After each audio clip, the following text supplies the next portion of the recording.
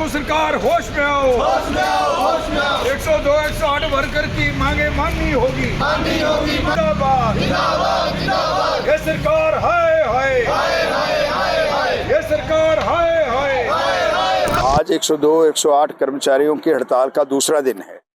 ये हड़ताल इसलिए हो रही है क्योंकि 102 108 कर्मचारियों के बारे में 2022 में बीजेपी सरकार के दौरान में एक पब्लिक प्राइवेट पार्टनरशिप पे सरकार और कंपनी के भी समझौता हुआ वेतन को लेकर, कर्मचारियों का नहीं, सरकार और कंपनी का।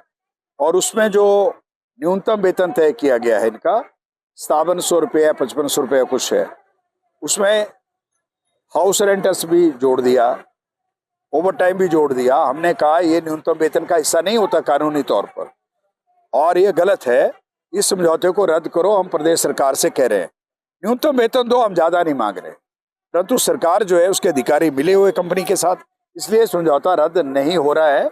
और इसलिए जो है पहले इन्होंने 1 दिन का हड़ताल किया, उसके बाद 2 दिन का हड़ताल किया, अब ये 5 दिन का हड़ताल है। हाई कोर्ट का फैसला इनके पक्ष में आ चुका है। वो हाई कोर्ट ने कहा जो मिनिमम वेज का अथॉरिटी है उसको कि आप इनके इशू को देखो। उन्होंने कह दिया कि इनको ड्राइवर का तनख्वाह मिलना चाहिए और ये जो EMT है जो एक डेजिग्नेशन और है, इसमें लड़कियां काम करती हैं, इनको फार्मासिस्ट का मिलना चाहिए। अब सरकार ना ड्राइवर का तनख्वाह दे रही है न्यूनतम वेतन, ना फार्मासिस्ट की तनख्वाह दे रही है, ना वो समझौता रद्द कर रही है। मंत्री से हम मिले, वो कह रहे हैं वी लुक इनटू।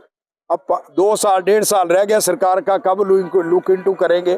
तो इसलिए 5 दिन का हड़ताल है और सोमवार को जो है डायरेक्टर के दफ्तर का प्रदर्शन होगा। जब हाई कोर्ट के फैसले को नहीं मानेंगे, मिनिमम वेज के अथॉरिटी के फैसले को नहीं मानेंगे, तो सरकार किसको मानेगी? कैसी सरकार है? ऐसी अंधी बहरी सरकार हमने आज तक देखी नहीं। लोग ऑफिसर एक्ट करते थे, मंत्री एक्ट करता था, समझता था बात को, डायरेक्शन देता था।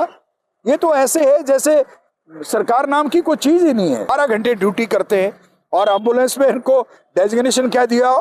पायलट जय जहाज के पायलट हैं, और अपनी जान जोखिम में डालकर जो है एम्बुलेंस चलाते हैं 80 की स्पीड से, 100 की स्पीड से मरीज को बचाने के लिए। और आज वो तरस रहे हैं, न्यूनतम वेतन नहीं मिल रहा है। इसलिए CITU का इनके साथ पिछले 1 साल से हमारे साथ है। हम लोग कह रहे हैं कि हम कानूनी लड़ाई भी लड़ेंगे और जमीन की लड़ाई भी लड़ेंगे और सरकार को हम कोशिश करेंगे, सरकार माने, नहीं मानेगी तो आंदोलन जारी रहेगा।